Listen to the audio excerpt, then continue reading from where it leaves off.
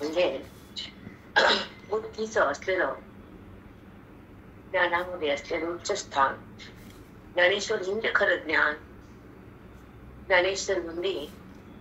ज्ञानेश्वरी म्हणजे आत्मत्वाचं भान. ज्ञानेश्वरी म्हणजे बुद्धीला आपल्या खऱ्या स्वरूपाची जाण. देहाची जाणीव आहे, जगताची जाणीव आहे, सुख दुःखाची पण जाणीव आहे, नाही का? सुखही कळतं, दुःखही कळतं. सुखही संपत, दुःखही संपत. येत आणि जात हे धर्म आहेत. पण जे जातच नाही ते सुख, जे संपतच नाही ते सुख, जे आपल्या आपल्या अंतःकरणामध्ये नितांत सहज आहे ते आपलं सुख, जे आपण भोगत नाही ते परम सुख. ज्या वृत्तीला ज्या परमात्म्याचा स्पर्श नाही आणि देहाचा संबंध ती टाकायला तयार नाही, ज्ञानाचा उद्बोध नाही, देहाचा संबंध सरकत नाही, आणि त्या ज्ञानेश्वरीचं ज्ञान बुद्धिरूप डोळ्याला दिसत नाही, अंतःकरणात त्याची जाणीव सतत होत नाही, आणि देहाचा अभिमान सुटत नाही, वृत्तीतला अज्ञान मिटत नाही, परमात्म्याचा अनुभव भोगता येत नाही, तर त्या बुद्धीची काय किंमत, त्या जीवाची काय किंमत, त्या जन्माचा काय उपयोग, आणि त्या श्वासाचा काय अर्थ? त्या श्वासाला जगण्यातला अर्थ नाही, आयुष्याचं सार्थक नाही. भेदाची जी भेद आहे ते तुम्ही टाकलाच नाही. कसली भक्ती मग आमची? तृप्तीच नाही मनाची, आणि भेद सोडला नाही बुद्धीनं अनादिकालचा. अभि लक्षात ठेवा नीट वाक्य. अनादिकालचा भेद ब्रह्मज्ञानानं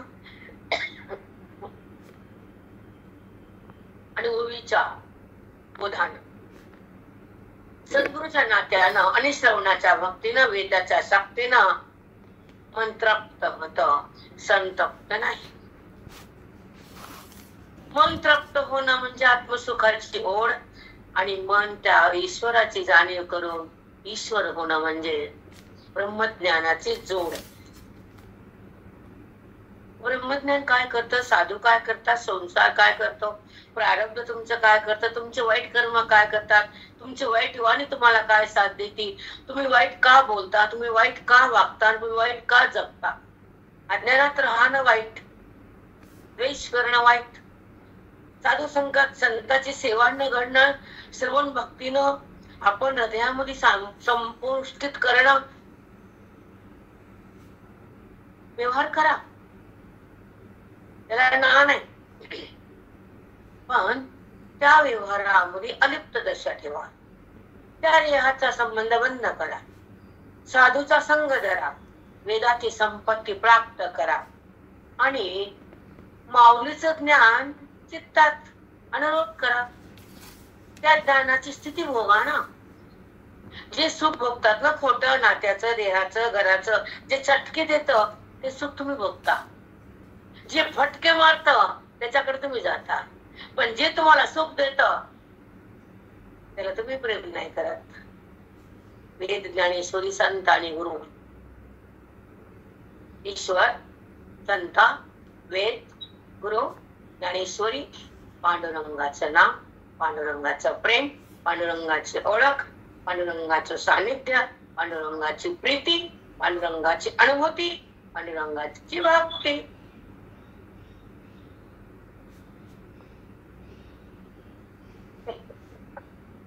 हे कळण्याची गरज आहे. जन्म जे येतो फक्त ते पाणी टाकलं देवाला, ते नित्य कर्म, त्याच्यामध्ये पुण्य नाही पाप नाही. तुझे नाही म्हणणे का? नाही केलं पाप, केलं तर पुण्य नाही. हे माहित नाही आपल्याला. बरं काय माहितीये? तू मी, मी तू, तू मी, वृत्ती तू वर आणि मी वर, भगवंता पुढे जाते. भगवंताच्या ठिकाणी वृत्ती जाणं म्हणजे ज्ञानाची शक्ती. आणि देहाकडे थांबणं म्हणजे अज्ञानाची बाबते नाही का? जडाला प्रेम का करतं मन? खोट्याला का बोलतं मन? वेदाची संपत्ती ह्या आयुष्यात गोळा करावी काय खोटी संपत्तीसाठी रडावं? खरी संपत्ती आणि खरी स्थिती ही गुरुभक्ती. खरी संपत्ती सुखाची असते. ती संपत नाही. तुमची संपत्ती टिकत नाही. एक पिढ्या दोन पिढ्या राहिले पुण्यवान जर घरातले लोक असेल तर ती संपत्ती चिरकाल त्या घरात राहते. जर पापी लोक असतील तर संपत्ती त्राहिमाम होती, 12 वाटाला जाते. लिहून ठेवायचे भावी वाक्य. ज्या घरात अनर्थ आहे, ज्या घरात तुम्ही त्रास देतात मित्राला, ज्या घरात त्याचं खातात त्याला नाव ठेवतात, तो अधर्म आहे. झाडाच्या मुळावर कधी घाव घालायचे नाही. तुम्हाला कधी ना कधी मूळ व्हायचे नाही, त्याच्यावरच उभे असतो. हा, झाडाचा बुंदा कापल्यावर आंबे येत नाहीत. येतात का? तसं जीवनाचं मूळ म्हणजे परब्रह्म, ऊर्ध्वमूळ आला विषय. झाडाचं मूळ परब्रह्म आहे आणि त्यालाच बाजूला टाकलं आणि देहालाच माझं म्हणलं, मग पुरुषोत्तम अध्याय कसा लागल? ऊर्ध्वमूळ. मी खात मला तुमच्याकडे सारखे होते आणि त्या संगीताकडे झोपले. कसे निवांत असत त्याने. 100% खरं बोलते, खोट नाही बोलत. एवढे सुखाने जगते त्यांनी सध्या. कुणाला काय वाटू कुटू हे बघत नसते मी. कुठलेलं वाटलेलं बाजूला केलं. आता ते सहज जगते, त्याला काही नसतं. काय सहज जीवन आहे आमचं. सहज सहज अवस्था असते. ते म्हणल्याने येत नसते ते. अरे रे रे, ते कसं येईल सहज? जाणून येत नसते, ऑटोमॅटिक यायला हवे. ती बोलत बसली बिचारी माझ्यापाशी. शांती असते आणि अशांत मनाला दुःख असत. आणि किती संपत्ती असती तर माणसाचं दुःख जात नसतं. त्याला काय करावं?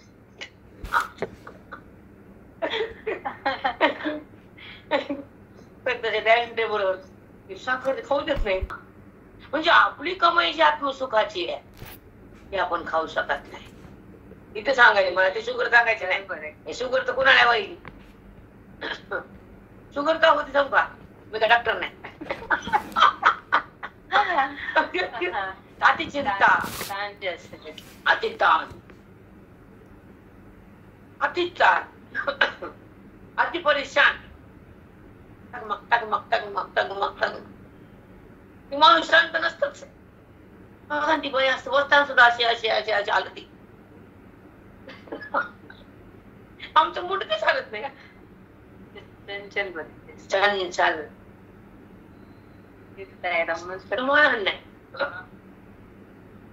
त्याच्या गोष्टीला पूरक असतात की टेन्शन असतं, एक चिंता असते घराची, एक कसं होईल, का होईल, कसं होईल, काय होईल, याच्यामुळे शुगर वाढते. म्हणजे श्रवणात असतात का ते कसं होईल काय होईल म्हणतच नाही, कारण त्याचा तो निभवतो. पण अशा लोकांना श्रवण कसं सांगा? त्याला मान ठेवा का काय? ते ऐकतच नाही. त्याला कळत नाही आपली संपत्ती ही आता आयुष्याची आहे. आता हे धन माझं आत्मधन आहे. आता ज्ञान हे माझं साधूचं माझं धन आहे. आता बोध हे माझं अमृत आहे. वेद हे माझं साधन आहे. मोक्ष हे माझं साध्य आहे. श्रवण माझं आत्म माझं सुख आहे. माझ्या सुखात मला जायचंय तिथे राहायचंय. ते सुख कोणी काढून देत नाही. ते सुख संपत नाही. त्या सुखामधली बुद्धी बाहेर निघत नाही. ते सुख मी भोगलं नाही. ते सुख मला भोगायचंय हे त्या घरच्या मालकाला कळत नाही. त्याच पुण्य कमी पडतं त्या गोष्टीत. म्हणून पुरुषाच्या बाबतीत मला खूप त्रास होतो. म्हणून मी बाईला शिव्या घालते. कळतं का? आई तर खाऊन भांडती. तिचं नाव बाई. व्याख्याच आहे आपली. खरं का खोट आहे? खरंय. आज तुमची पोरं किती आली? 12ला आली. आई वडिलांचं प्रेम आणि आपलं कर्म त्या वेळेत शिस्तीत केलं तर ते धन किती ना किती पिढ्यात टिकतं. कळलं? आशीर्वाद येतो ते सगळं. कारण संस्कार महत्वाचे आहेत बेटा. आईचे संस्कार, देवधर्माचे संस्कार, कसं वागावं, अधर्म कशाला म्हणते तसं तुम्ही येतात असावे, आणि संपत्ती कशी कमवावी. धर्म अर्थ काम मोक्ष वेदाने सांगितले. धर्मानं अर्थ कमवा, धर्म घरात ठेवा, काम व्यवस्थित करा आणि शेवटी मोक्षाकडे जा. आणि संसारात धन लागतच, पण धन अधर्मानं नाही, मुंड्या मोडून नाही, लोकांचं खाऊन नाही, भावाचं वाटा घेऊन नाही, लोकांच्या मुंडे मोडून नाही. म्हणून धन पुढते. तुमचं खाल्ल्या माझं वाटतंय का? नीट लक्षात ठेवायचं बाबी. तुमच्या मुंड्या मोडल्या माझं वाटतंय का? नीट ह्याला म्हणतो अधर्म. ह्याच्यासाठी गीता आली. पांडवाचं धन कौरवानं खाल्लं, मूळ बरबाद झाला. म्हणून आम्हाला सगळं शिकवावं लागतं. कारण धर्म तुमचं बुडायला आहे. मायबापाची सेवा, मायबापाचा आदर संपायला आहे प्रत्येक घरात. जिथे जाते तिथे भरपूर भक्त डोळ्याने मी, त्याच्यात वाद नाही. सगळीकडे नाही, सगळीकडे नाही, पण पुष्कळ ठिकाणी मायबापाची कदर नाही, त्या घरात पुण्य नाही, तिथे धर्म नाही, तिथे संस्कार नाही, तिथे घरात गीता वाचली जात नाही, तिथे ज्ञानेश्वरी ओढी जात नाही, तिथे नामस्मरण होत नाही, तिथे देवाची घंटी वाजत नाही, तिथे पात्र पडत नाही, तिथे ब्राह्मण येत नाही, तिथे गुरु येत नाही. ते स्मशान भूमी, स्मशान. रागाला येऊ दे, काही चुकीचं काहीच नाही. पण तुमच्या घरात पात्र पडला, कुणा आज येऊन जेवून गेला, कुणाच्या हातावर साखर दिली, कुणी फळ खाऊन गेला, तर ते वास्तू, ती भूमी, ते कुळ, ते धन, पावन, त्या धर्म टिकवणं.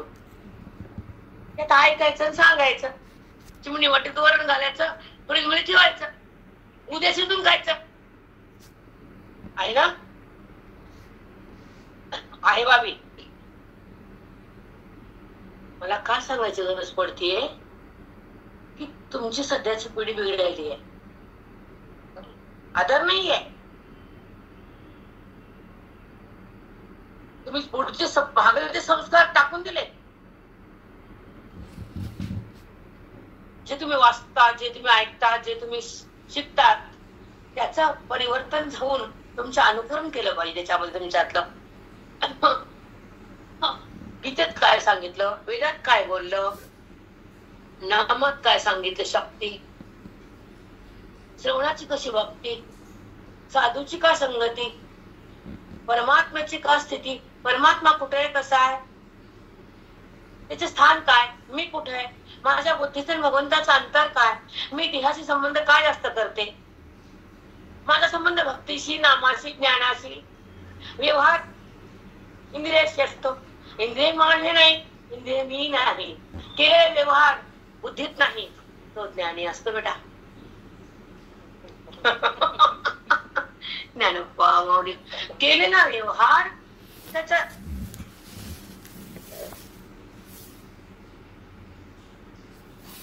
व्यवहार हा कुणामुळे झाला. व्यवहार मी पाहणारी, व्यवहार करणारी, व्यवहाराला धरणारी, व्यवहारात शिरणारी ही बुद्धी आहे. बरोबर. व्यवहाराला पाहणारी बुद्धी ज्ञानी लोकांची, व्यवहार करणारी बुद्धी अविद्येची, व्यवहारात राहणारी बुद्धी शक्तीची, आणि व्यवहाराला टाकणारी बुद्धी मुक्तीची.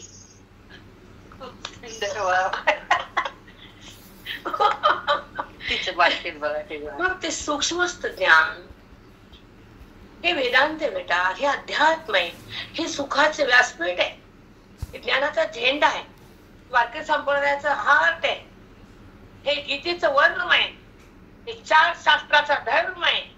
हे अधर्म नाही. हे माऊलीचं मनोगत आहे की ओळीमध्ये ज्ञान मांडले, तुमच्या हृदयात अज्ञान थांबलंय. अनादिकालापासून हा जीवात्मा जन्मतो मरतो, प्रारब्ध बघतो, कर्म करतो, कर्माचा करता होतो, पाप पुण्याचा साठा होतो, तो स्वर्ग नरकात जातो. पण ज्याला स्वर्ग नरक माहित नाही, ते मान्य करत नाही, ते माणूस नाही, जनावर. कुठे कामाचा कुत्रेला, मांजराला, शेळीला कळत नाही पोथी. ज्या वेदामध्ये स्वर्गाचे वर्णन आहे, ज्या गीतेमध्ये कर्माचं ज्ञान आहे, ज्या बोधामध्ये कर्माला सोडण्याचं चिंतन आहे, जे ओवी बुद्धीला कर्मातून बाहेर घेत शिकवती, जे अंतःकरण कर्माला सोडतं, जे मन भगवंताला जुटलं जातं, जे ज्ञान बुद्धीमध्ये थांबल्या जातं आणि जे वर्म हृदयामध्ये उकलल्या जातं, जे ज्ञानमय अवस्था हृदयाची होती, ती मोक्षाची स्थिती.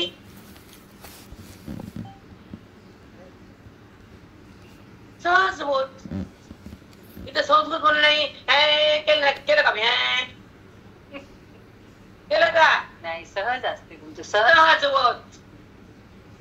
या अध्यायात आणि ह्या श्लोकात बघत बसतो मोठे मोठे, या अध्याय में, ये अध्याय में, ये श्लोक में. अरे बोल ना त्याचा अर्थ.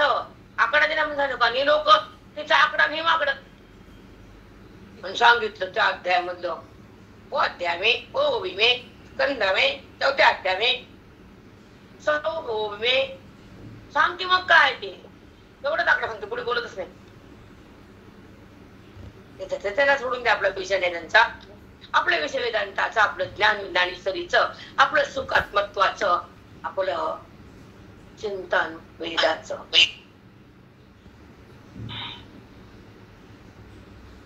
वेदाची संपत्ती ही सुखाची आहे, नामाची संपत्ती ही पाप धुण्याची आहे, हे लक्षात ठेवायचं.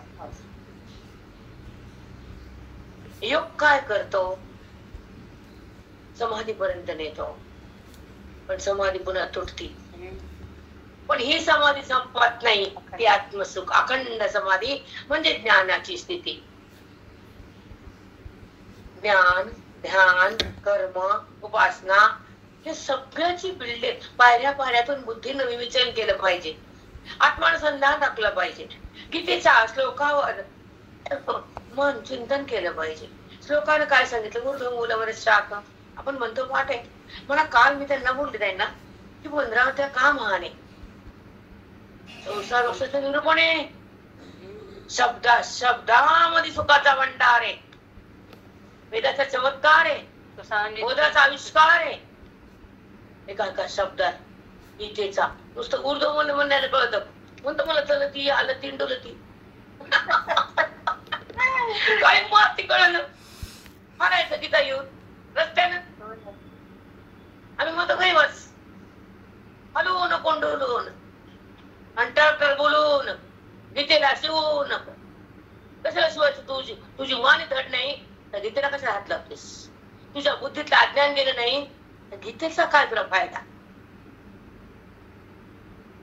हा, इथे नाटक जमत नाही. व्यासपीठ आहे आमचं, नाटक तिकडे बाहेर घेतलं.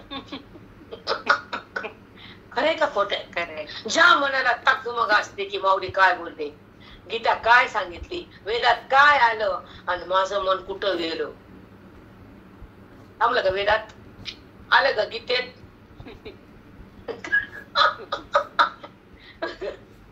त्यांना वाटतं महिन्याला पारायण केलं की उपकार केले डोंगरावरचे.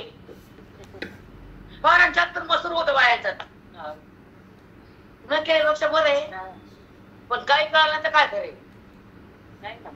न केल्यापेक्षा बरे आणि कळालं नाही तर काय खरे? दोन्ही मिळून योग्य. काय काहीतरी समाजाला दाखवलं धर्माची खूण की गीता आहे आपल्याकडं आणि गीतेमध्ये ज्ञान आहे, आत्मज्ञान आहे गीता. आपल्या हिंदू धर्माचं जे भंडार म्हणजे गीता. सगळ्या शास्त्राचा पाया म्हणजे वेद म्हणजे गीता, विकौन म्हणजे गीता, आत्मरस म्हणजे गीता, भगवंताची प्रतीती म्हणजे गीता, जीवाशिवाची एकता म्हणजे गीता, देहा बुद्धीचा नाश म्हणजे गीता आहे, आत्मत्वाचा प्रत्यय म्हणजे गीता आहे आणि त्या जीवाशिवाचं मिलन करणार ज्ञान म्हणजे गीता. स्थिती नासत जाय क्षणाक्षणाप्रती, तैसीच याची स्थिती नासत जाय क्षणाक्षणाप्रती. याची स्थिती म्हणजे असं रक्षण आहे का? आपण 15व्या अध्यायामध्ये संसार वृक्षाचं निरूपण करतो. संसार वृक्षाची स्थिती कशी आहे? नासत जाय क्षणाक्षणाप्रती. मग जो नासत आहे त्याला अव्यय कसं म्हणायचं? तिथं वेळ असतो. अव्यय पुरुष साक्षी क्षेत्रज्ञ अक्षर एवच योग योगदावनिता प्रधान पुरुषेश्वर. ह्या ओवीचा जो संबंध आहे, भावार्थ आहे, त्या मनामध्ये जेव्हा भावार्थ फुलतो तर मन त्या भगवंतापाशी धामतं. ते हात उरत नसतं. मन हे वायू आहे बेटा. मला सांगायचं 2 मिनिटं ऐका. जो वायू, जो प्राण, प्राण हा अग्नी तत्व आहे. मन हे वायू आहे. हे टाका लक्षात आलं. आणि बोलतेय वायू, वार, तो वायू आणि ते मन प्राण एकत्र येतात. आणि तो प्राण तो प्रणव म्हणतो वायूला घेऊन, मनाला घेऊन. तो वायू, मन आणि प्राण जीव. लक्षात आलं? प्राण म्हणजे जीव. ते एकत्र येतात बोधाने. आणि त्याचा प्रणव म्हणतो आपण ओंकार घेतो ना, तर शेवटी म्हणतो. आता तुम्हाला एक ओंकार घेऊन दाखवते. श्वास भरतो, डोळे बंद करून चित्त स्थिर करतो. त्या प्रणव शक्ती तयार होती आणि विचारधारा संपून जाते. इंद्रियाचा संबंध तिथं थांबतो आणि मन तृप्त होतं आणि समाधान होतं. मध्ये ते मेंदूचं मेडिटेशन तयार होतं. मध्ये हृदय स्थिर होतं. हार्ट हे हृदय स्पंदन, त्याचे स्पंदन लय व्यवस्थित होतात. ओची शक्ती हृदयाकडे, मची शक्ती मेंदूकडे. मेंदू, ओ हार्ट. त्याचे स्पंदन काय असतात ते सोहम. स्पंदन म्हणजे सोहम बेटा. डॉक्टरला पण कळत नाही की हार्ट असं असं. जेव्हा हार्ट सर्जरी असते, open heart surgery, open heart surgery, तर त्यावेळेस सुद्धा ते हृदय असं ना उघड दिसतं ना. आणि त्याची जी धडधड असते ना, ती तुम्हाला ऐकू येत नसते. ते जर ऐकलं ना तुम्ही घुसून पडतात. एवढी महान वाचतं ते, भयानक वाचतं ते. मग काय, मग ते स्पंदन का हलतं पण डॉक्टरला कळत नाही. ते मांस आहे ना, मग स्वतः कसं का हलणार ते? मग त्याची शक्ती तो हलवतो. तिथं असतो तो, ते स्पंदन.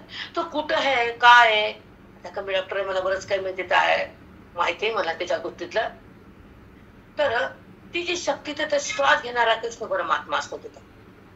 तो प्राण रूपाने तिथं असतो आणि त्या देहाला सांभाळतो परमायदवर. आणि ते श्वास घेतो तिथं. तर तो श्वास म्हणजे तो. तर ते कुणी सोहमच्या दोन्ही जातं, कुणी ओमच्या दोन्ही जातं. दोन्हीचा अर्थ एकच आहे आणि दोन्ही मेडिटेशन एकच आहे. सो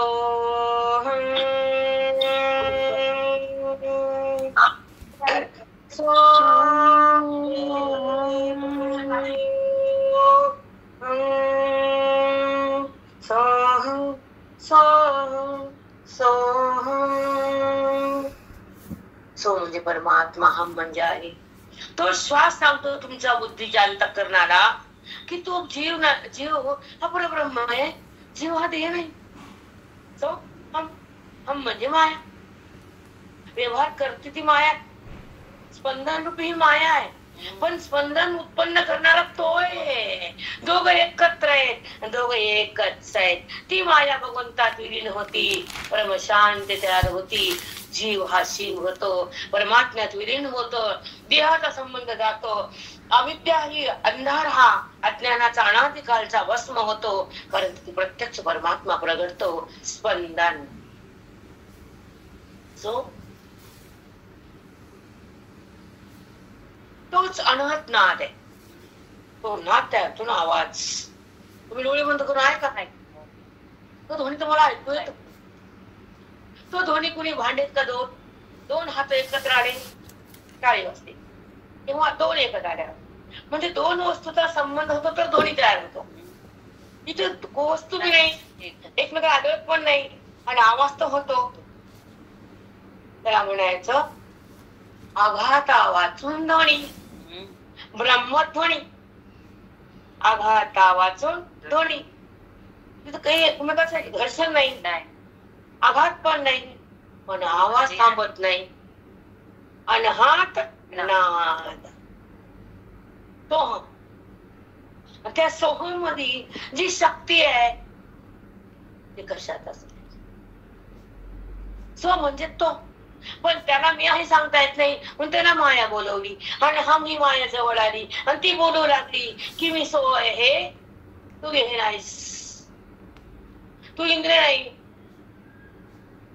आणि तू माझ्या वाचून हे प्रगटच होत नाही, म्हणून हे दिसतं ते खरं नाही आणि हा मीच म्हणलोय. जर माती नाही तर मडकं नाही, जर मी नाही तर जगत देह नाही. मग मला ओळख, तुम्ही जगताची ओळख केली आणि जगताच्या ओळखीने दुःख दिलं आणि माझ्या ओळखीमध्ये मन राम झालं, सुख सुख. जगताच्या ओळखीमध्ये अज्ञान घट्ट झालं आणि माझ्या ओळखीत अज्ञान निवृत्त झालं, बाजूला गेलं, समाप्त झालं. मुळा सगळं त्याचं छेदन केलं, अज्ञानाचा नाश केला, आत्मप्रकाश हृदयात आला, ब्रह्मभाव जागा झाला, सोहमपत्या बुद्धीला, बुद्धी ब्रह्मरसाला, हा अनुभव त्या हृदयाला. तो महात्मा म्हणते जगाला. काय सुंदर, बापरे. प्रक्रियाच मांडली मुक्तीची. प्राणाला विलय करायचं, प्राणाचा विलय जो सो हं सो हं सो हं सो हं सो हं असं म्हणता म्हणता ती शक्ती वाढती ओंकाराची आणि ज्या स्वाच्या सोच्या ध्वनीची शक्ती वाढती आणि तेव्हा बुद्धीतली ताकद घट्ट होती आणि अज्ञान वितळून भस्म होतं, मन आत्म्याकडे सहज जातं, वृत्ती बाजूला जाती, इंद्रियाचा संबंध कट होतो. तिथं म्हणतात विच्छेदात वृत्तीचा विच्छेद होतो, इंद्रियाचा संबंध जातो आणि वृत्ती अंतर्मुख होती. त्या श्वासाची ध्वनी वाढती, सोहमचा प्रभाव बुद्धीत येतो आणि बुद्धी भगवंताकडे झुकती आणि भगवंताला पाहती, त्याचं सुख स्वतः घेती, परब्रह्म होती, त्या ध्वनीमध्ये जाती, हम वृत्ती निघून जाती, अनात्माची निवृत्ती होती, स्वात्म्याची प्रतीती येते, स्वानंदाची तिथं प्रागट्य होतं आणि तिथं बुद्धीचं ईश्वराचे ऐक्य होतं. त्याला म्हणतात सोमनाथ. ग्रंथी भेदच केला. किती छान सांगितलं काय सोहम. तर भगवंत तुम्हाला सहज देतो हे सोहम. विषय तरी काय माझा हा गोवित्रे का संदर्भ तरी काय आहे का? पण प्रत्येक साधक माझे हे आतून आले तर आणि हे त्यांना गरज आहे, म्हणून भगवंत त्यांना बोलते मी नाही. शब्द येत आहे खूप सुंदर, खूप भयानक. सगळ्या हिंदू धर्माच्या शास्त्राचा भावार्थ 4 वाक्य नाही तिथं फक्त. जेवढे धर्माचे ग्रंथ तुमच्या वेदाचे, गीतेचे, वेदाचे, तेवढ्या ग्रंथाचा सार म्हणजे हा भावार्थ. एवढ्यासाठीच आहे सगळं, एवढ्यासाठी ग्रंथ प्रगट झाले नाना रूपानं. चौधरी ब्राह्मणीच्या अंकबाई तुम्हाला कसं होते म्हणून खरं सुख द्यायला आलेत म्हणून भगवंत तुम्हाला बोलतो. बँक बॅलन्स आहे आपला. मी काय अभ्यास केला नाही, माती नाही, काही नाही. घरची भीती आहे, 2 स्थिती बर का. तशीच म्हणजे काय व्हावी, जसं कापतया पद्मतळा, गुलाबाच्या पाकळ्या किंवा कमळाच्या पाकळ्या हलत असताना वरून पावसाचे थेंब पडले तर ते हलणाऱ्या पाकळीवर थेंब बसत नाही. एखाद्या माणसाचं मन व्याकुळ झालं त्याचं चित्त स्थिर होत नाही, तसा दिसणारा संसार वृक्ष स्थायी राहत नाही. म्हणतात ओवीचं एक धन. ओवीचं जे माऊलीला सांगायचं जगामध्ये की असं आहे बाबा, हे स्वरूप असं आहे. व्याकुळ माणसाचे चित्त सर्व स्थिर नसतं. पाकळी हलकी कमळाची त्याच्यावर पाण्याचा थेंब दाबत नसतो, तसा दिसणारा संसार वृक्ष स्थिर नसतो, त्याचा विनाश असतो, अविनाशी तो नसतो, म्हणून त्याला अश्वत्थ म्हटलंय. काय पुढे तुम्ही झालं घेऊन टाकतो. एकाच मी वाचते नाही पुढचं विधान. लय छान आहे ते. गोविले मस्त आहे. तैसी तयाची स्थिती नासत जाय क्षणा क्षणाप्रती. सांगितलं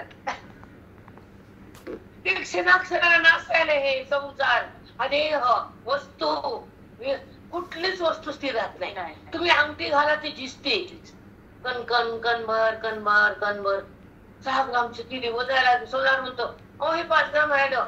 आम्ही म्हणतो 1 ग्राम कुठे गेला ते म्हणतो धिजलं. आपण म्हणतो अहो सोनार मामा आम्ही 6 ग्रामची केली की ते म्हणतो बघा ती वजन. मग 1 ग्राम कुठे गेलं आम्हाला माहित नाही. आपण म्हणतो दाखवतो का सोनार. सोनं बाहेर गेलेलं दिसत का. अंगठी झिजली नसती का. 1 ग्राम कुठं गेलं दाखवा. तसा त्या संसार वृक्षाचा नाश दिसतो का. तसा अंगठीतलं सोनं कुठं गेलं सापडतं का. त्याला म्हणतात क्षणा क्षणा प्रति नासत जाय क्षणा क्षणा प्रति आईशी जयाची स्थिती अश्वत्थ वृक्ष म्हणती तयाशी. संसार वृक्ष उदाहरण कसं बसतं परफेक्ट.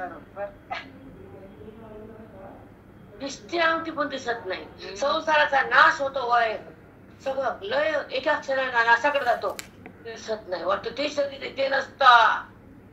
अंगठी ती नाही 5 ग्रामची झाली 1 ग्राम गेलं वितळून. तसा गेला नाश झाला जगाचा बुद्धीचा. पण म्हणतो आमचं तेच शरीर आहे ते नाही. तू कालची नाहीस. तुझा कालचं आयुष्य वेगळं आजचं वेगळं उद्याचं वेगळं. हे ज्ञान इथं सगळं. उलट मी आज प्रतिविज्ञा दोषींच्या मध्ये आहे. अभिज्ञा प्रतिविज्ञा तोच पदार्थ प्रतिविज्ञा. मी आहे तोच अभिज्ञा आहे. पुन्हा देतो मला कुठं कुठं कुठं. चला नासत जाय क्षणा क्षणाप्रती म्हणून या ते म्हणती अश्वत्थ. हा संसार वृक्षाचा क्षणाक्षणा नाश होतो म्हणून आम्ही अश्वत्थ नाव दिलंय. मी त्याला पिंपळ म्हणा का काय कोणी कोणी पिंपळ म्हणते ना. पिंपळ नाही आता आहे का. आणि अश्वत्थ येणे पिंपळ म्हणती स्वभावे. अश्वत्थ येणे नावे पिंपळ म्हणती स्वभावे. आली का नाही इथंच लगेच पुढचं येते तुम्हाला. त्याला अश्वत्थ आम्ही म्हणणे पण कोणी पिंपळ म्हणते आहे ना. अश्वत्थ येणे नावे पिंपळ म्हणती स्वभावे. परी तो अभिप्राय नव्हे श्रीहरीचा. पण हा अभिप्राय श्रीहरीचा नाही. आम्ही असं म्हणत नाही. आम्ही अश्वत्थ म्हणतो. तुम्ही पिंपळ म्हणा निवड म्हणा आम्हाला सांगू नका. एरवी पिंपळ घडता विखी. बघा एवढी बघितली तर भगवंताला पिंपळ म्हणायचं नव्हतं. एरवी पिंपळ घडता विखी मी या गती देखील अशी निकी. मी या वृक्षाची निक्कल दर्शन घेतलंय. मी पिंपळ कशाला म्हणू. हा संसार वृक्ष नाशाकडे हा अश्वत्थ आहे. याचा वय होतो हे अव्यय नाहीये पुन्हा मी अश्वत्थ म्हटले. मी ह्याला जाणलंय.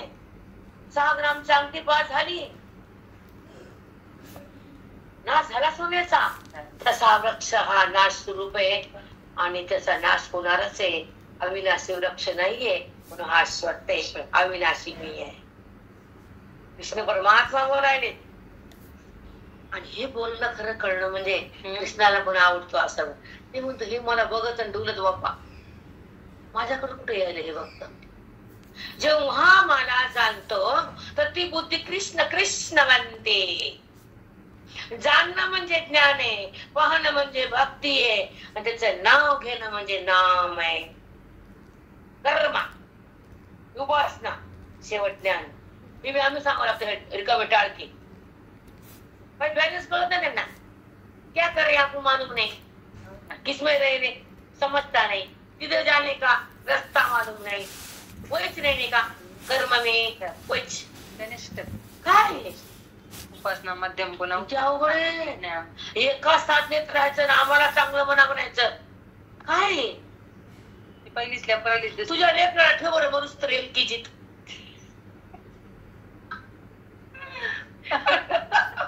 तुला वाटतं पोरग पुढी पुढी जावं आणि तू तिथं तिथं राहावं. हे उदाहरण तर बायकाला कळतं. इकडे आल्याशिवाय कळत नाही, ते तिथून निघायचं कळतच नाही. जोपर्यंत नामाच्या शक्तीनंतर उपासनानंतर या भगवंताच्या प्राप्तीसाठी ही साधना वेदांताची, संगती साधूची, बोध वेदाचा, प्राप्ती स्वरूपाची, मुक्ती वेदाची, स्थिती परमात्म्याची, ओळख तत्वाची, सुख न संपणार आत्मसुख, जे सुख आहे, जे आपलं रूप आहे, जी वास्तव स्थिती आहे. आपल्या मनाला वास्तव रूप जेव्हा कळतं तर ते अवास्तव फिरत नाही कुठं. अवास्तव तेव्हा तू कुठे हिंडायला, सकाळपासून काही काम नाही, दुकान बंद केलं, हिंडायला काउंटर काउंटर काउंटर, तसं आपण हिंडायला इकडं तिकडं तिकडं तिकडं. म्हणजे वास्तव जेव्हा रूप कळतं ज्ञानानं, तर अवास्तव जात सगळं जगत, ब्रह्मदेह वासना, अवास्तव गोळा केले खाटपातारा. आपल्याला जे पाहिजे ते भेटलं, दुसरी दुकान हिंडायचं काम काय गरज आहे ना, काहीच गरज नाही. म्हणून म्हणले भगवंत काय बोलायले, एरवी पिंपळ म्हणत घडतावी की मी या गती देखील असे निकी, मी त्या संसार वृक्षाची खरी स्थिती बघितली देखील जाणले. मी त्याला कसं म्हणू, पिंपळ मी म्हणणार नाही, त्याला खरं म्हणणार नाही. नश्वर संसार वृक्ष नाशाकडे जातोय आणि मी तर अविनाशी आहे. मग त्याला नाशवान पदार्थाला अश्वत्थ म्हणतो, त्याचा अवय व्हायला सारखा, म्हणून अश्वत्थ. स्थिर स्थिर नाही ना, अस्थिर आहे. मी या गती देखील अशी निकी, परी ते असो काय लौकिकी, तुझं काज. आता ही लौकिक स्थिती आहे, तुला अलौकिक सांग. ही संसार वृक्षाची लौकिक स्थिती मांडली. आता त्या संसार वृक्षाची एक बाजू सांगायची रे, नाण्या दोन बाजू, तसे ह्या दोन बाजू. एक लौकिक सांगितली, आता अलौकिक सांगतो. ऐक, कळतं भाभी, उभी असताना कळतं काय? आता श्रावणाला बाया बोट फिरवायला मोकळे, बोटन मुडक पण न केल्यापेक्षा भेंडर चांगले म्हणावं सा गपचिप. काय ताई, नुसतं वाचून काहीच फरक काय माती, मला तर काही वाटत नाही. त्यांचा अभिमान एकच दरवर्षी एकच अध्याय नेट वाचा 7 दिवस. बरं मी म्हणते 7 दिवस का मोरायचं पारायणात, श्रावण धरा ना 1 महिना, टाकायच्या घरावर पाणी 1 महिना, मला ना कोणाच्या घरात तरी. त्यामुळे 7 दिवस मोरायचं, वासनाच्या घरातली काय का टाइम 7 दिवसाच्या वरी. काय बिघडतं यांचं, पूर्ण सरावन ज्ञानेश्वरी एकाच्या घरात वाचायची. त्या लहरी धुन त्या बाईचं ते पुण्य उगल, त्या पिढीचं गोळाचं ते है की नाही. पण अशी बुद्धी होणार अवघड आहे नाही. बोट फिरवायला खूप सोपं या लोकाला. कशामुळं 7 दिवस झाले की बाई मोकार फिरायला मोकळी, लिंगाला लिंग लिंग, त्याच्या बापाला आत्मलिंग कळत नाही. कळतं का आत्मलिंगा? ज्या देहामध्ये पांडुरंगाचं स्थान आहे, ईश्वराचं ज्ञान आहे, प्रत्यक्ष तिथे भगवान आहे, त्याच्या बुद्धीची तिला जाण आहे, तो स्वतः आत्मलिंग नाही है की नाही. तू काय काय यावर समोर चुकून सांगा बरं मला. नाही काय सांगणार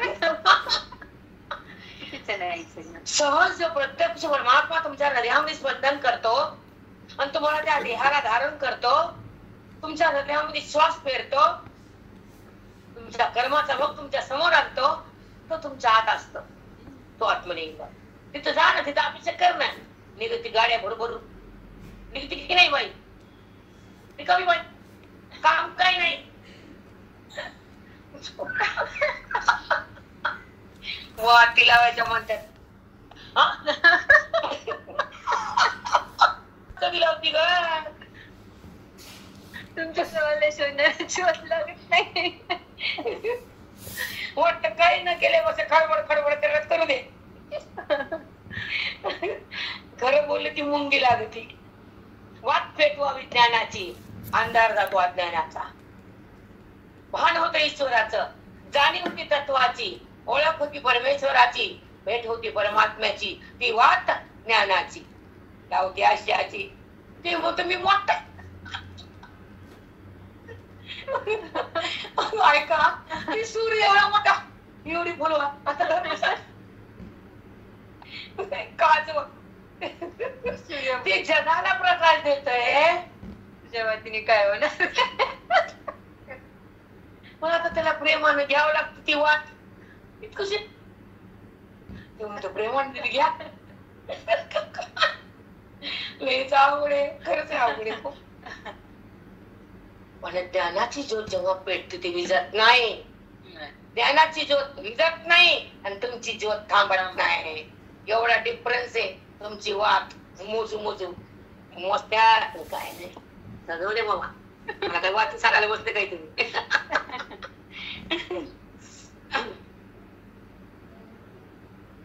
आता ह्या संसार वृक्षाचं लौकिक निरूपण केलं आता अलौकिक ज्ञान सांगतो अर्जुना ते तू ऐक असं भगवंत सांगतात आणि माऊली ते बोलतात हा संवाद ओवीत येतो आणि साधक साधूपासून हा घेतो तेव्हा साध्यापर्यंत तो जातो त्याला म्हणतात श्रवण भक्ती माऊली साधक हे धन घेतो आणि साध्यापाशी सहज जातो हे ओवीचं फळ आहे हे मोक्षाचं धन आहे हे निज सुख आहे हे माझे आत्मरूप आहे हे साधक आणि हे साधना ही साधना अपरंपार आहे या ज्ञानाला कापणारी तलवार आहे ही साधना अपरंपार आहे इथं मी कोण हे कळत इथं आत्मज्योत प्रगट होती इथं देहस्थिती संपते वृत्ती निवृत्त होती सोची ओळख होती आणि स्वानुभूती जागी होती देहाची अनुभूती जाती ती स्वयंला स्वयंची प्रतीती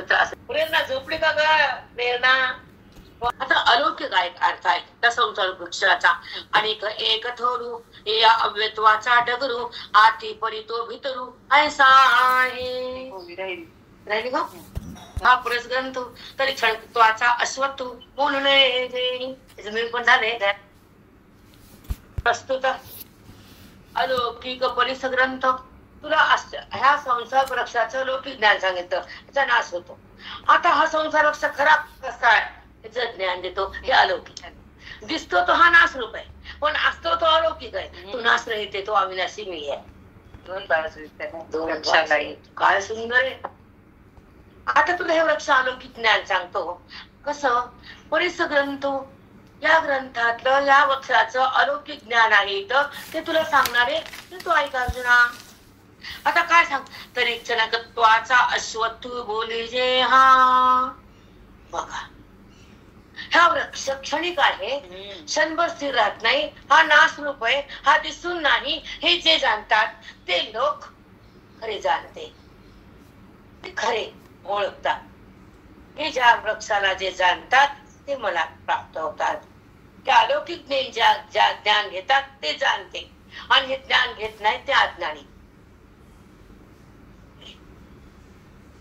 बघा क्षणिकत्वाचा स्वत्व बोली जे हो अनेक एक थरू हे अव्यत्वाचा डगरू आती परितो भितरू ऐसा आहे अव्यत्वाचा थरू आती बोध डगरू ऐसा आहे हा संसार वृक्ष आतून कसा आहे हा डगर हे भ्रम आहे तिच्यावर तो क्षणिक नाही नाश नाही तो मी आहे सदा हा नाश दिसतो तो मायेच्या द्वारे जेव्हा तो दिसणं हा भ्रम आहे वृक्षाला तुम्ही त्याला मानणं म्हणून त्याचा नाश आहे आम्ही वृक्षच नाही म्हणतो सांग चाल बोल मीच आहे सगळा कुठं नाश आहे नाश जेव्हा संसार वृक्ष मीच म्हणलो कुठं नाश आहे पण मला सोडल्यावर हा नाशवान आहे आणि हा दिसतो तो संसार वृक्ष आहे पण त्या रूपानं मी असतो तो अश्वत्थ अविनाशी आहे अव्यय माझा वेळ नाही माझ्याद्वारे प्रगट झाला तो मीच म्हणलो कुठं माझा नाश आहे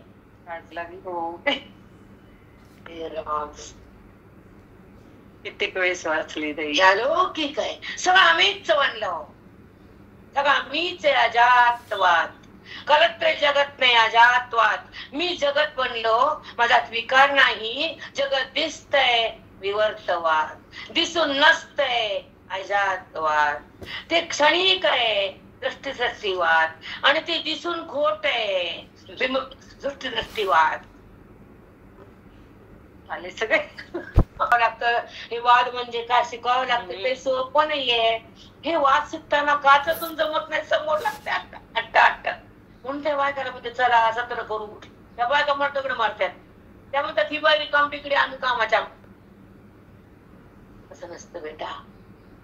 आपल्या संसारातला काही काल आपल्या उद्धारासाठी, आत्मचिंतनासाठी, पराभक्तीसाठी, परमात्म्याच्या प्राप्तीसाठी, आपल्या ओळखीसाठी, आपल्या कल्याणासाठी एकत्र यायचं. पहिले लोक सत्संग करायचे, झाडाखाली राहायचे आणि मग शिकून घरी यायचे. विद्या, पाण्याची विद्या, शिक्षणाची विद्या, राजविद्या आणि ब्रह्मविद्या सगळं शिकून यायचे. म्हणूनच आश्रम होते. म्हणून मोठे मोठे आश्रम, गंगेच्या काठी ऋषी, हे नर्मदा हे बाया, तिथे ऋषीने तपकील जागा आहे. आम्ही आमची घरीच नर्मदा केली.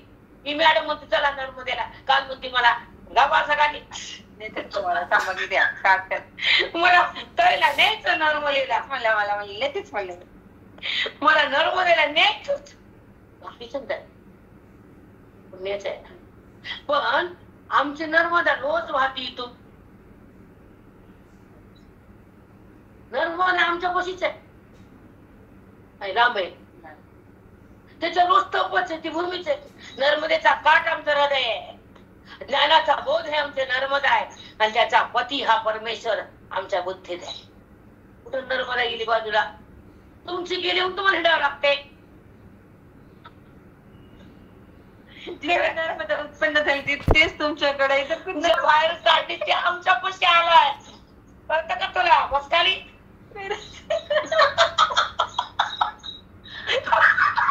जा वाटते ज्याला हे कळाल्यावर ज्ञानाचा गंगेत बुडालेला असतो. ते नर्मदा सप्तगंगा सागर जगातले तीर्थ म्हणजे तो ज्ञानी. जे ज्ञान गंगे नहाणे ते पूर्णता होऊन ठेणे. ज्ञानाच्या गंगेत नाही, त्या गंगेमध्ये सगळे तीर्थ. सारे तीर्थ तेरे अंदर सांगितले ते की बाहेर कैसे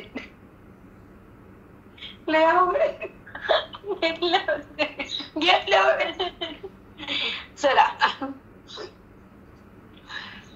अनेक एक ठरू या अव्यत्वाचा डगरू. हा संसार वृक्ष तुम्हाला अव्यय सारखा दिसतो, पण दिसताना तो त्याचा काळ असतो. तो काळानं क्षणाक्षणा नसतो. हा जगत सुद्धा प्रलया संपत, हा संसार वृक्ष नाशाकडे जातो. प्रलयामध्ये तो संसार वृक्ष बुडल्या जातो, पण तिथं मी उरतो. तो मी म्हणजे खरा आहे आणि दिसणारा म्हणजे खोटा आहे, हे तुला कळू दे अर्जुना. डगरू हा भ्रम आहे, खरा आहे म्हणून. याचा नाश नाही. हा डगरू हा संसार वृक्षाला भ्रम आहे, की हे दिसतो ते खरं वाटतंय, ते खरं हा भ्रम आहे. ते मी खरं आहे. जगत खरं नाही, संसार खरं नाही, त्या फांद्या खरं नाही, काही खरं नाही. सगळा मी खरा आहे. हे तुला अलौकिक ज्ञान द्यायला ते सांगितलं. खाली पांड्या वरी पांड्या ते लौकिक आहे. आता हे अलौकिक अगोदर सांगितलं आता मी कसं आहे ते. हा संसार वृक्ष कसा आहे, अव्यय जाताना तो नाशाकडे चाललाय आणि मी अविनाशी आहे.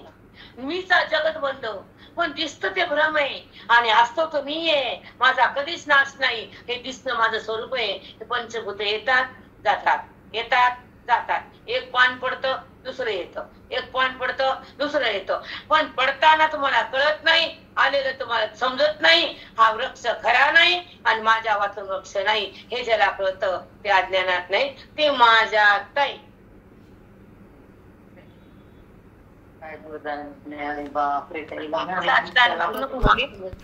संसार वृक्षाचं ते लौकिक ज्ञान. फांद्या खाली वरी, मुळ पारंब्या, ही फांदी ती वरी गेली, ही खाली आली. त्याला 3 गुण, त्याला अहंकार, तिथं 3 फांटे, तिथं चित्त वृत्ती बुद्धी महत्त्व, पुन्हा 5 भूत. हे झाडाच्या फांद्या सांगितल्या, पण सगळा मी बनलो इथं सांगतात. पडदाफाश ते लौकिक आहे, लौकिक आहे. म्हणून आम्हाला हे कळाल्यावर ते बोट भरण आवडत नाही, तुम्हाला त्याच्या वाचून कळत नाही. आला सरावण यांचा आता माझ्या घरी परायण वाघ परायण. कधी का ओवी तुझ्या घरी एवढं महागंगर त्याच्या बाहेरच निघत ती बाई. निघते का बाईची? माझ्या घरात पारायण वाघ माय निघाली का बाहेर घराची बुद्धी? एवढेच आहे लोकांशी बोलणं ते कठीण आहे. कुठं कुठं बोलतच येत नाही. मौन राहावं लागतं की नाही? एखादी मुलगी पट्टीची ब्लाऊज म्हणून हिंडायचं काय म्हणतात घाल नको पट्टी बघ वाटत ती पट्टी असं बघा त्यांच्या पट्ट्या बुद्धीच्या पट्ट्या ओवीच्या हवावातात घुस तुझं पार आहे. काय ह्यांनाच वाटत नाचत्यात बरं नाही केल्यापेक्षा मागणं नीट आले ना काहीतरी करायला बाबा. काहीच नव्हतं. हे ज्ञान सगळ्यांना मिळत नाही ताई. नाही त्याच्यातच आधी तुम्हाला ह्या माऊलीचं ज्ञान भेटणार नाही. थांबतच नाही थांबत त्यानं बेटा. निर्मळ अंतःकरण पावन मन तेव्हा आत्मधन. काही विकर्षण तर काय जमत नसतं तिथं. ती मला बोट फिरवायची फिरव ग मान ती मनुष्य बोट फिरवते. हा फिरवा काहीतरी पुण्य म्हणजे स्वर्गात जाईल मरण पुन्हा खाली येईल. वरीतून ठेवून घेते हिला पुण्याची पावटी सरे लगेच येऊ लागते मृत्यू लोका माघारी ढकलते ते बाई जा खाली म्हणते तुझं झालं पुण्य आता भोग आता दुःख. म्हणून सोन्याची बेडी सोन्याची बेडी ह्याला कळतं बरं का? कळतं त्या बायाला का येड्यात त्या आपल्याला वाढ खाऊ घालते आपल्याला वाढ त्यांना मुळ तरच एवढ्या वाटलं का तुम्हाला? बाबा हे संसारी किडे मुळाचे वडील करा पुढं अव्यत्वाचा डगरू आती परी तो भितरू ऐसा आहे. अरे संसार वृक्षावर एक आरोप केलाय पण तो खरा अस्वस्थ कसा आहे मी सांगतो तुला. ते भ्रम आहे तुला खरा आहे म्हणून. खरा नाहीये तो. खरा नाहीये तो. खरा कसा आहे मी सांगतो तुला आता. जसा मेघाचे नितोंडे सिंधू एक आगे कांडे आणि नदी एरीकडे भरतीची असते. ऐका खाली बघू नका. आता नदी अंगीच भरती असे सिंधूचे नि अंगे. ऐकाले मस्त आहे. मेघाचे नि तोंडे सिंधू एक अंग कांडे. मेघ जेव्हा उन्हाळ्यामध्ये मेघ म्हणजे आकाशात ते ढग त्या समुद्राची वाफ बनती त्या वाफाचे ढग बनतात आणि ते पाणी अद्रश्य पानं ढगत होत आणि ते आकाशात जात आणि ते पुन्हा नदीत पडतं आणि ती नदी भास समुद्रात येते. सांग नदी सौंदर्य वेगळा आहे का? त्याचा तून वेगळा आहे का? सांग. समुद्राची वाफ मी करतो उन्हाच्या द्वारे. ऊन मी पाडतो सूर्याच्या द्वारे. ते ऊन त्या पाण्याची वाफ करत. वाफ म्हणजे ढग बनतात.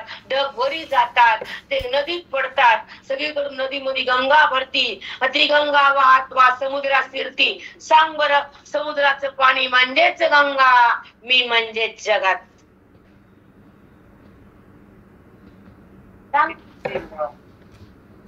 गंगेकडे गेलं माझच होत. गंगा माझ्याकडे आली मीच होतो. सांग कुठं गंगा भिन्न आहे. सांग तू कुठं माझ्या भिन्न आहे. माझ्यापासून बाप बनली तू बनलं माहितच घे ज्ञानानं. कळतं का? बोट फिरणाऱ्या बायाला कळत आता फल तुमच्या बुद्धीसोबत संबंध परमात्म्याचा होतो आणि अगोदर देहाचा असतो. तो तिथं थांबल्या जातो. परमात्मा प्रगटल्या जातो. बुद्धीचा संगम होतो. हा वेदाचा प्रसंग येतो. त्याला पारायण म्हणतात. ते भगवंताची भेट होत. पुन्हा नीट वाचा म्हणतो. आम्हाला कसा आम्हाला काय करायचं? आमच्यासाठी सांग. तुम्ही घेत नाही सांगायचं आम्हाला. तुम्हाला माऊली कळत नाही. तुमचा अभिमान संपत नाही. डुरडुर जात नाही तुमची. डुरडुर वाचायला गेली म्हणून दुसरं काहीच नाही घेऊ. चला अनेक एक थोरू या अव्यत्वाचा डगरू आती परी तो भितरू ऐसा आहे. तो कसा आहे काय नाही. आज टाइम तुम्हाला भेटणार तुमच्याकडे पाहुणे वगैरे. ज्ञानदेव तुकाराम पंढरीनाथ भगवान केली. हॅलो